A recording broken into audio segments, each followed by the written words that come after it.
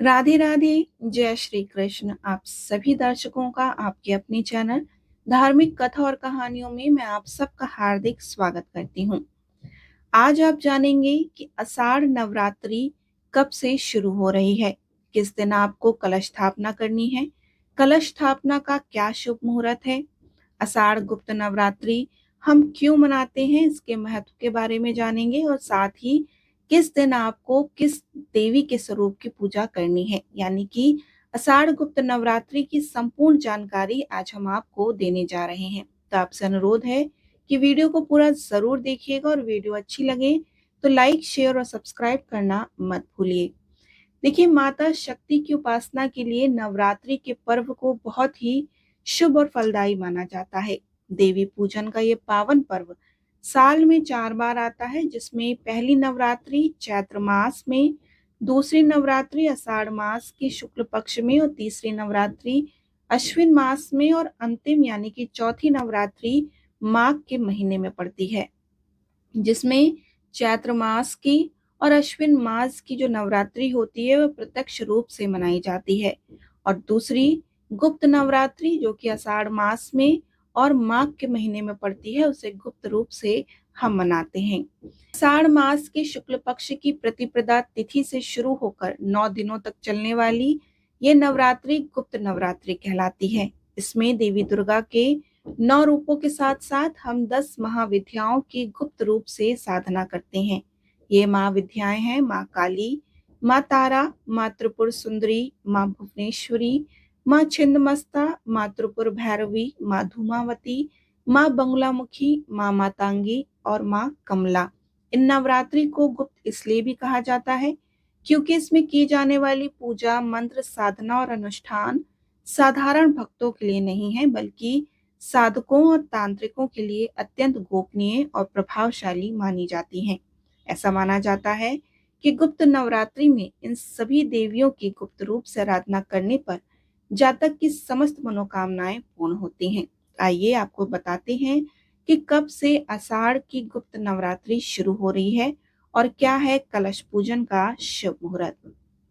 देखिए, प्रतिपदा तिथि 25 जून दिन मंगलवार की शाम से ही लग रही है, शाम 4 बजे से प्रारंभ हो रही है और 26 जून दिन बृहस्पतिवार को दिन में 1:24 पर समाप्त हो जाएगी। इसलिए आषाढ़ मास के शुक्ल पक्ष में आने वाली जो गुप्त नवरात्रि है वो इस वर्ष 26 जून 2025 दिन बृहस्पतिवार से प्रारंभ होगी। मिथुन लगन 26 जून को प्रातः 5:10 से प्रारंभ होकर 6:51 तक रहेंगे। इसलिए गुप्त नवरात्रि की पूजा के लिए कलश स्थापना का शुभ मुहूर्त 26 जून दिन बृहस्पतिवार को सुबह 5:10 से लेकर 6:41 तक रहेगा।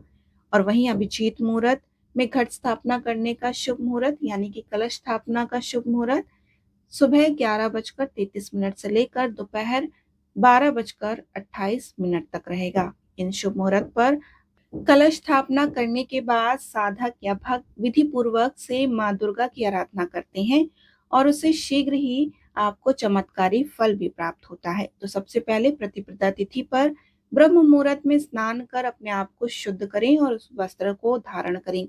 घट स्थापना, कलश स्थापना करें, जिसके लिए शुद्ध मिट्टी में जौ बोएं, उस पर जल से भरा हुआ कलश रखें। कलश पर श्री गणेश, नवग्रह और देवी का आवाहन करें।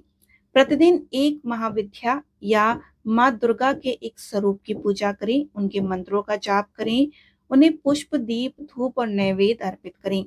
इस दिन आप दुर्गा सप्तशती का पाठ, देवी कवच या हम आपको अगर महाविद्याओं का कोई भी मंत्र आता है या आपके गुरुओं द्वारा दिया गया है तो आप उस मंत्रों का जाप कर सकते हैं।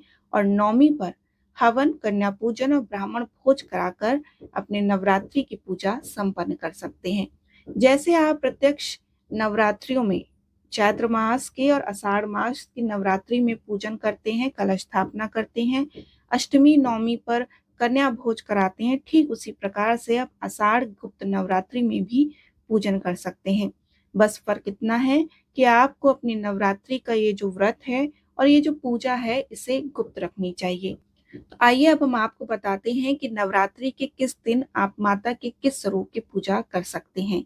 नवरात्रि का पहला दिन 26 तारीख से शुरू हो रहा है। इस दिन आपको घट स्थापना करनी है, यानी कि कलश की स्थापना करनी है। इस दिन माँ दुर्गा के पहले स्वरूप शैलपुत्री की पूजा आप करेंगे।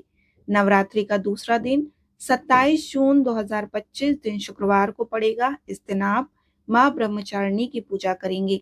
नवरात्रि के तीसरे दिन 28 जून को माँ चंद्र घंटा की पूजा करेंगे। नवरात्रि के चौथे दिन यानी कि 29 तारीख दिन रविवार को आप माँ कुष्मांडा की पूजा करेंगे। नवरात्रि के 5वें दिन यानी कि 30 जून दिन सोमवार को पंचमी है। इस दिन आप माँ स्कंद माता की पूजा करेंगे। नवरात्रि के छठे दिन यानी कि 1 जुलाई दिन मंगलवार को आप माँ कात्यायनी की पूजा करेंगे। नवरात्रि के 7वें दिन आप माँ कालरात्रि की पूजा करेंगे। नवरात्रि का 8वां यानी कि दुर्गा अष्टमी है। इस दिन 3 जुलाई पड़ रही है, दिन गुरुवार है। इस दिन आप माँ गौरी की पूजा करेंगे। रात्रि का 9वां दिन यानी कि 4 जुलाई दिन शुक्रवार, इस दिन आप माँ सिद्धिदात्री की पूजा करेंगे। नौमी में आप हवन करेंगे, कन्या पूजन करेंगे या ब्राह्मणों को भोज भी आप करा सकते हैं। इस तरह से आप अपने नवरात्रि की पूजा संपन्न कर सकते हैं। आषाढ़ गुप्त नवरात्रि कई मायने में विशेष महत्वपूर्ण है। तंत्र साधना के लिए आषाढ़ गुप्त नवरात्रि के 9 दिन और रातें विशेषकर महत्व रखती हैं। इन दौरान अधिकांश तांत्रिक अनुष्ठान और साधनाएं गोपनीय रखकर की जाती हैं, इसीलिए इसे गुप्त नवरात्रि भी कहा जाता है। वैदिक काल में इस गुप्त नवरात्रि के बारे में केवल कुछ ऋषियों और साधकों को ही जानकारी थी। उस समय साधक इस नवरात्रि के समय 10 महाविद्या की साधना करके मनोवांछित शक्तियों को प्राप्त करते थे। पौराणिक मान्यता के अनुसार जहाँ चैत्र अश्विन नवरात्रि में शक्ति के 9 स्वरूपों की पूजा की जाती है, वहीं गुप्त नवरात्रि में देवी के 10 महाविद्याओं की पूजा उपासना की जाती है। गुप्त नवरात्रि को लेकर ये भी मान्यता है कि उस दौरान जब भगवान विष्णु शयन अवस्था में होते हैं, तब दिव्य शक्तियां कमजोर पड़ने लगती हैं। ऐसे में ब्रह्मांड को सुचारू रूप से चलाने के लिए माता शक्ति की गुप्त रूप से आराधना की जाती है, जिससे वो आने वाली विपत्तियों से इस संसार की रक्षा करती हैं। गुप्त नवरात्रि में माता शक्ति के स्वरूपों की गुप्त रूप से साधना करें और साथ ही माँ दुर्गा के 9 स्वरूपों की भी आप पूजा करें। पुराणों में एक वर्णन मिलता है कि एक बार ऋषि श्रृंगी अपने भक्तों को दर्शन दे रहे थे। उन भक्तों में से एक स्त्री ने कहा कि हे मुनिवर, मेरे पति ने दुर्व्यसन के कारण मैं पूजा पाठ दान पुण्य आदि कोई धार्मिक कर्म नहीं कर पाती। मेरे पति मांसाहार हैं, मदिरा पान करते हैं, वो जुआरी भी हैं, किंतु मैं माँ दुर्गा की भक्ति साधना करना चाहती हूँ, उनकी उपासना करना चाहती हूँ, अपने परिवार के समस्त पाप कर्मों को नष्ट करना चाहती हूँ। तो ऋषि श्रृंगी ने स्त्री को उपाय बताते हुए कहा कि वो वासंतिक और शारदीय नवरात्रों में सभी भक्त तो माता शक्ति की पूजा करते हैं, किंतु 2 नवरात्र ऐसे भी हैं जिनके बारे में अधिक लोगों को जानकारी नहीं है। यदि तुम इस गुप्त नवरात्रि पे माता दुर्गा की उपासना करो तो उन्हें अति शीघ्र ही प्रसन्न कर सकती हो और मनोवांछित फल भी प्रदान कर सकती हो। तब स्त्री ने विधि विधान से आषाढ़ गुप्त नवरात्रि का व्रत किया और सभी पापों से मुक्त होकर सुखमय जीवन व्यतीत करने लगा। तो आप भी गुप्त नवरात्रि का ये व्रत रख सकते हैं, गुप्त तरीके से माँ दुर्गा की उपासना कर सकते हैं।